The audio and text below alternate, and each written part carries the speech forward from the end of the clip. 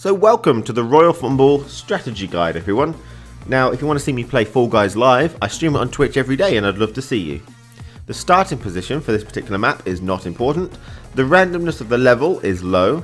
That's not to say there's randomness. I think the randomness to win is very high, in fact, but the randomness of the level is quite low. The technicality of this level is medium. I think you've got to be good at jumping, diving, going from platform to platform, keeping an eye on all the chasers, and not falling over. So I want to cover these two things first that annoy people a lot, because I know they'll come up during the comments. The tail grab mechanics have two common occurrences which annoy people. The first being grabs from range, where someone grabs the tail from you, but they're really far away from you. This is due to latency. You appear closer to them on their screen. This may happen vice versa, but obviously you never know this. Where you grab somebody that you're right next to on their screen, you might be really far away. And not much can be done about this, unfortunately. The second is grabs not taking the tail. So if you grab somebody and you get the grab icon, but it doesn't actually take the tail, this could be due to two reasons. The first one is that they've got grab invincibility. This happens if they've just taken the tail themselves. You can't grab them for a little bit more, we'll go on to that later.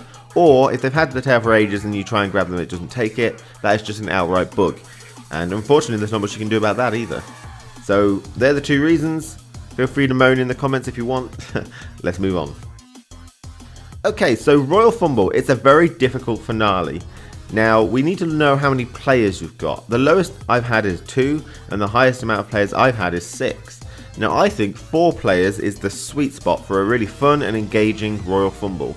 The more you go above 4, the harder it is to keep the tail without getting cut off in all directions. So obviously you want to be running up ramps and stuff, and then you have a lot of options on where to go.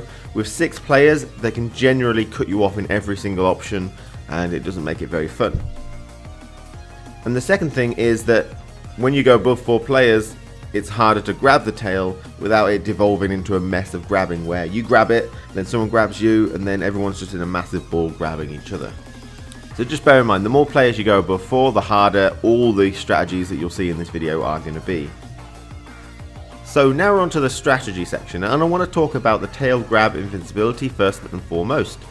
So you can't grab a tail off somebody who has just grabbed that tail. There seems to be about a 1-second tail transfer invincibility on the tail, so when they grab it, you have to wait like a second before it's grabbable off them. Now you could grab them while they're invincible and wait for the invincibility period to wear off, and you should grab the tail if you're still holding them at that point.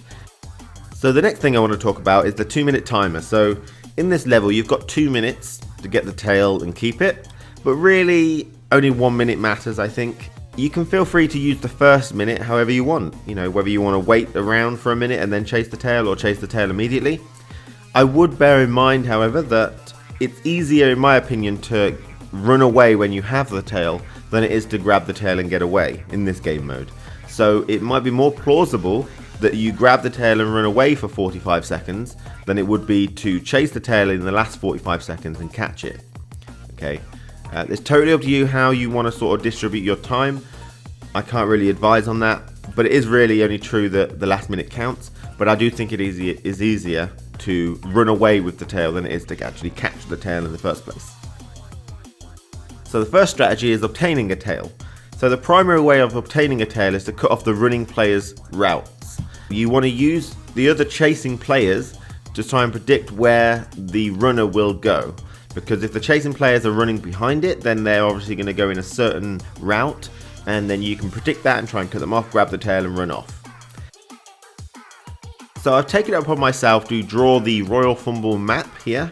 Hopefully it's really understandable, you can kind of see what's going on. The orange platforms are obviously the ledges that you can jump across. We've got the circular rotating conveyor belt in the middle, we've got the small one down the bottom, and we've got the conveyor belt at the top. Hopefully that's all understandable and it's clear for when I start to talk about routes you can take and routes you shouldn't take. So on the right we can see that the red bean and the red arrow are the runner's arrow and the runner bean. And the blue arrow and the blue bean is the chaser. Okay, that'll be you in this instance, or maybe other players. So the first popular scenario when you want to catch a tail is if the runner moves in this direction, they've really limited their options here. You can expect them to run up the ramp here, so you should really be trying to cut them off and then grab the tail as they're about to run up the ramp and then run away.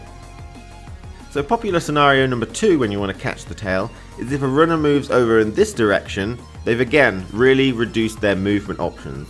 They can't go up the conveyor belt, and most likely they'll have a bunch of players on their tail, so they can't turn around. So really they've only got one way they can go here.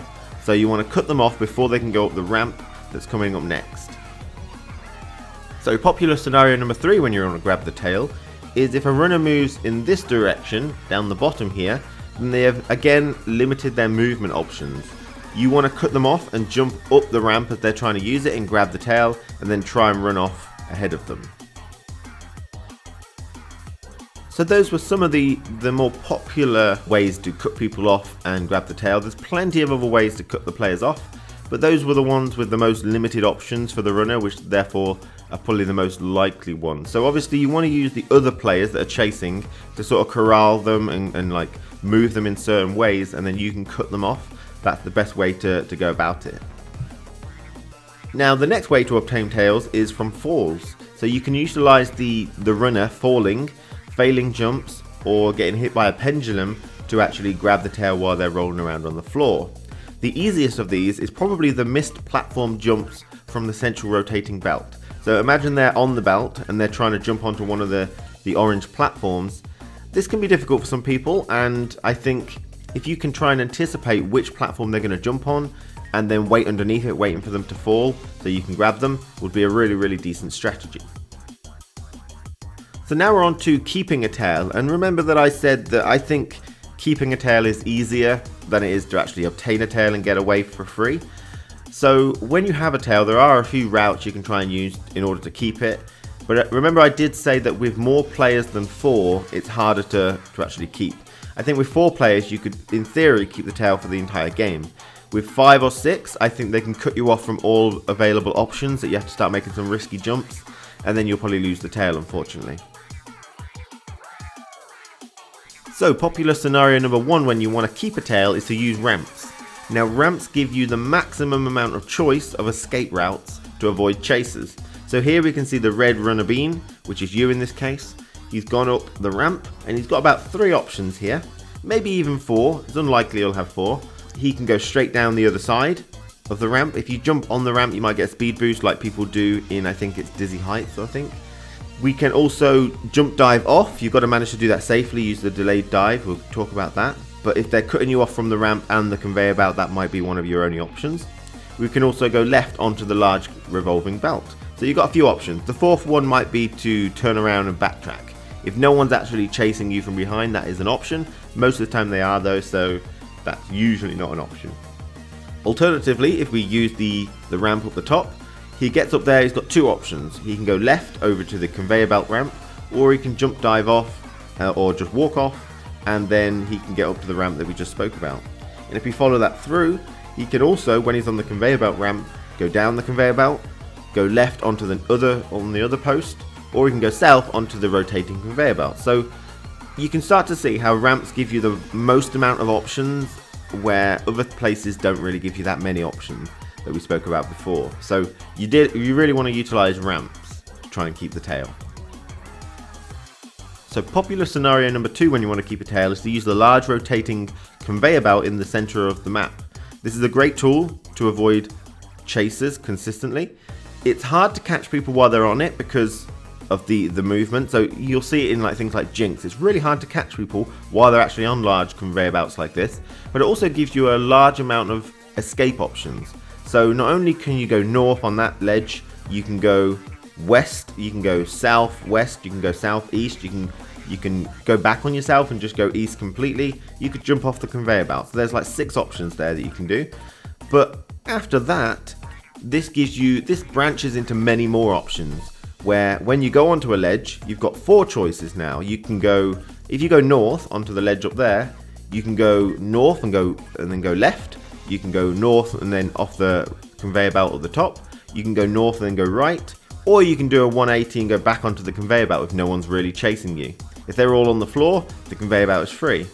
And you can sort of see just the amount of options you get by using the large conveyor belt in the middle. So really, I would use the conveyor belt, jump onto a ledge, evaluate your options, and then I personally would use the conveyor belt again to roll around, go to a different ledge, evaluate your options, and just repeat. It's a really, really good place to keep the tail, because a lot of people won't even bother chasing people up there, because chasing people up onto the large rotating conveyor belt usually just means you're chasing them for no reason. It's so hard to catch people when they're up there that following people up there is sometimes just not worth it. And if a lot of people don't follow you up there, you can actually just stand up there for a while. So bear that in mind. It's a really, really good place to go.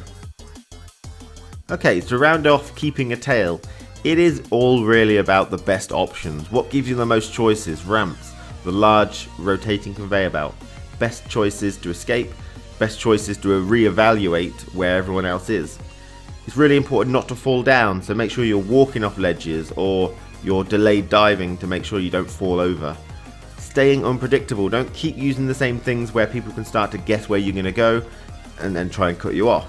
And keeping up to date where the chasers are. If they're nowhere near you, you can just stand there for a while and feel free. You don't always have to keep moving. But please remember that the more players you have while chasing, the harder this will be. So again, like I said, 4 players seems like it's a nice fair. You can keep the tail for the entire game. 5 and 6, they can cut you off in all possible directions if they're clever. So that can be very difficult. So now we're on to our tips and tricks section. So the first tip is delayed diving. We spoke about this several times throughout the strategy guide. If you don't know what it is, it's where you jump off and then before you reach the ground, you dive. This prevents you from falling over when you land from a high place, and it just means that you just have to get up off the ground. So it's a little slower than just walking off, but it does prevent you falling over completely and rolling around. So this is better than nothing. And if you're forced to jump off a high place, then you really want to use delayed diving to give you the most chance. It gets you a bit further ahead as well, you get some nice distance, but it also prevents you from falling over, which is useful.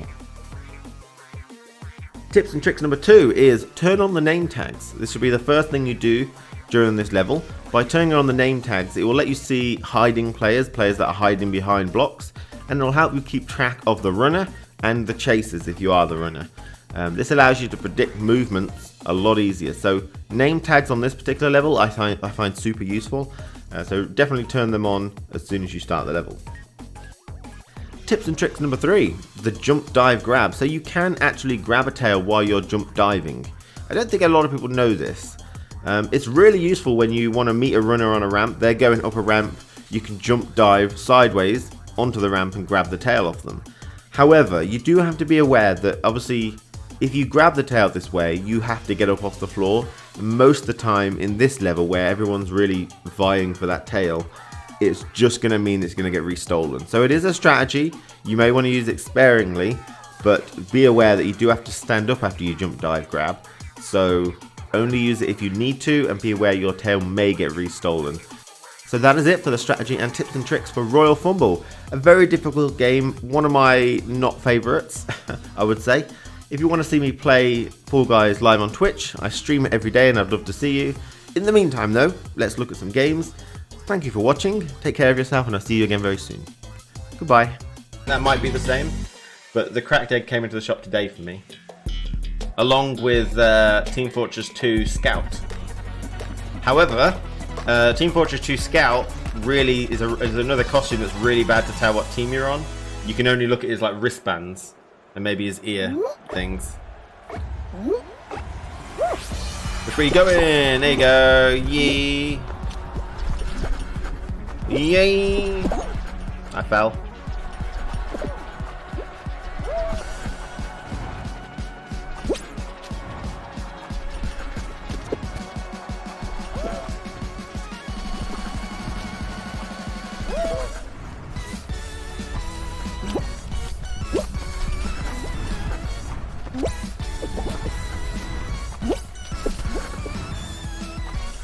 Yay! No! No, go away!